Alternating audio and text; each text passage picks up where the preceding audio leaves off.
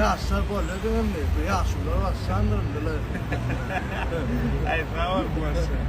Hemen salam dostlar, görüşmek üzere. Biz zapisni prosesde, syomishni gruppamiz bilan o'tirib, yanimizda Juma Murat Kasimov bilan gapleşib görmek uchun shtayda silkani bo'lgan gönü geçip hamma so'rovlarga javoblarni oldim.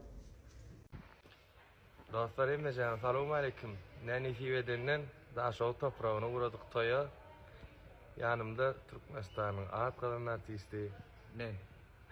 Ahmetcan. Emmege salamu aleyküm. İlk öylene Daşol'da ziyaret etmekçi, ondan sonra toya varmakçı. Toyluğunu toylaştım, hemmeğin ocakluğunu da toy olup durdum. Toyda didarlaşadı. Amin.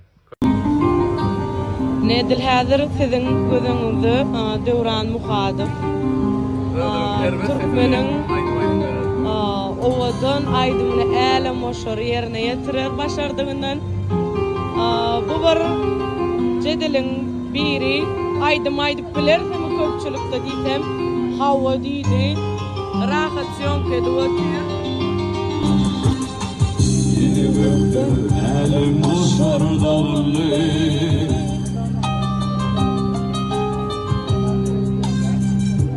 Ağırlaşıp ağır geçti üstümden